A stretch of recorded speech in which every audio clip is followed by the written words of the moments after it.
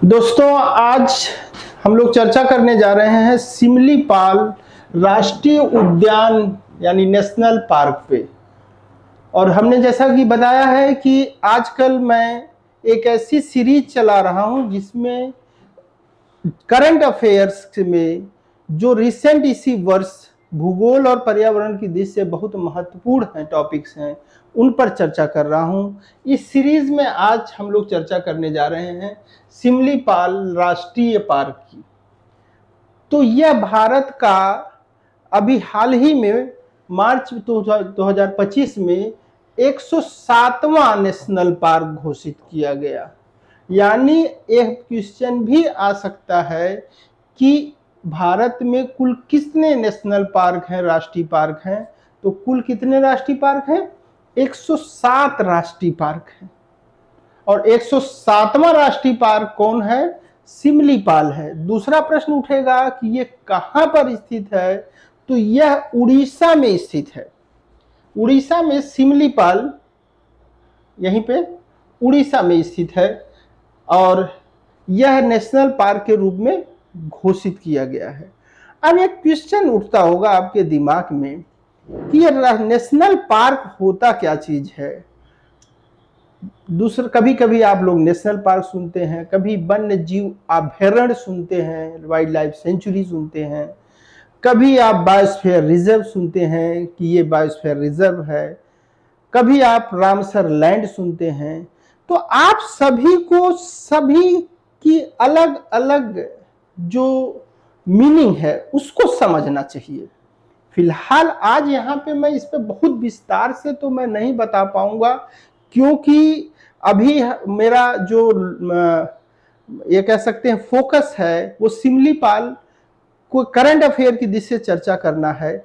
लेकिन मैं थोड़ा सा इस पे हिंट कर दे रहा हूं, इस पे विस्तार से जानने के लिए अगर आपके दिमाग में इस तरह का प्रश्न उठ रहा हो कि इनमें क्या अंतर होता है, क्या कब किसी क्षेत्र को राष्ट्रीय पार्क कहते हैं, कब किसी क्षेत्र को वन्य जीव अभयारण्य बोलते हैं, कब किसी क्षेत्र को रामसर लैंड कहते हैं, कभी आप सुनते हैं ये रामसर लैंड घोषित हो गया है, तो कुछ तो डिफरेंस सब में होगा।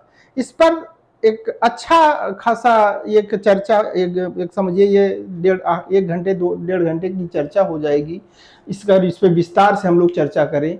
लेकिन आप सोचिएगा, और अगर इस पे जानना चाहते हैं तो मेरे ही जियो वर्ल्ड एकेडमी के नाम से ही ऐप है, उसको डाउनलोड करिए और वहां पे आपको जेआरएफ के कोर्स में इस पर मैंने बहुत विस्तार से चर्चा किया है, इसलिए मैं यहाँ पर उस पर बहुत विस्तार से चर्चा नहीं कर रहा हूं। अभी यहाँ पे जो मैं इससे जुड़े फैक्ट्स को बता रहा हूं कि ये सिमलीपाल आपका सबसे रिसेंट अभी हाल में घोषित नेशनल पार्क है और ये किस राज्य में है? उड़ीसा में है। अब प्रश्न उठेगा कि कुल भारत में कितने नेशनल पार्क हैं? तो वो भी मैंने बताया कि आप भारत में कुल 107 नेशनल पार्क घोषित हो चुके हैं। अब उसी सीरीज में मैं आपको ये भी बात कहूंगा कि कुछ चीजें और नेशनल पार्क से संबंधित, कि विश्व का पहला नेशनल पार्क किसे घोषित किया गया, तो वो है Yellowstone national park. Yellowstone national park विश्व का पहला नेशनल पार्क है जो कि यूएसए में स्थित है। वो कहाँ है ये भी पूछा जाएगा। येलोस्टोन नेशनल पार्क कहाँ स्थित है? तो येलोस्टोन नेशनल पार्क कहाँ है? यूएसए में है। कहाँ पे है? यूएसए में है। अब इस बात को समझिए कि यह नेशनल पहला विश्व का घोषित पहला नेशनल पार्क है। हालांकि त्रिनिदाद टोबैगो में टोबैगो फॉरेस्ट को रिजर्व एरिया घोषित किया गया था, इससे पहले घोषित किया गया था, लेकिन 1872 में येलोस्टोन नेशनल पार्क को एक नेशनल पार्क के रूप में घोषित किया गया। तो ये कह सकते हैं कि इस तरह की अवधारणा, तो जो नेशनल पार्क की अवधारणा होती है किसी क्षेत्र को संरक्षित करने की, वो इससे पहले भी हो चुकी है त्रिनिदाद टोबैगो में, टोबैगो फॉरेस्ट के लिए। लेकिन नेशनल पार्क जो घोषित हुआ पहली बार वो येलोस्टोन नेशनल पार्क घोषित हुआ। कब घोषित हुआ? 1872 में।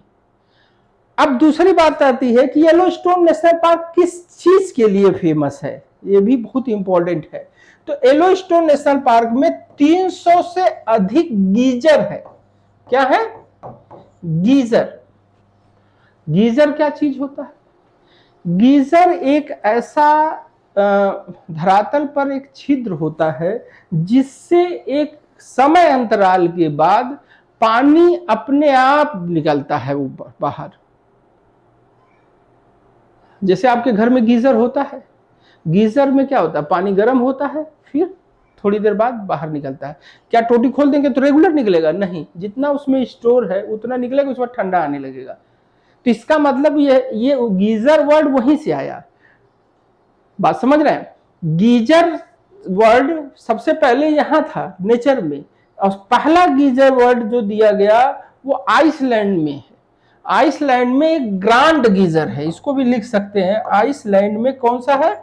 Grand geyser. यहीं से गीजर शब्द की शुरुआत हुई। तो गीजर की अगर डिफाइन करें तो एक ऐसा छिद्र जिससे एक समय अंतराल के बाद रुक रुक कर गर्म पानी निकले, उसे हम क्या कहते हैं? गीजर कहते हैं। और ये ग्रांड गीजर आइसलैंड में स्थित है। कहां? आइसलैंड।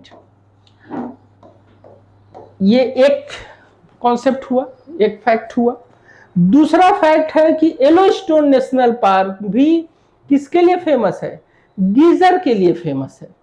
यानी कि यहां पे एक बहुत फेमस गीजर है तो यहां 300 से अधिक गीजर, लेकिन यहां पर ओल्ड फेथफुल गीजर।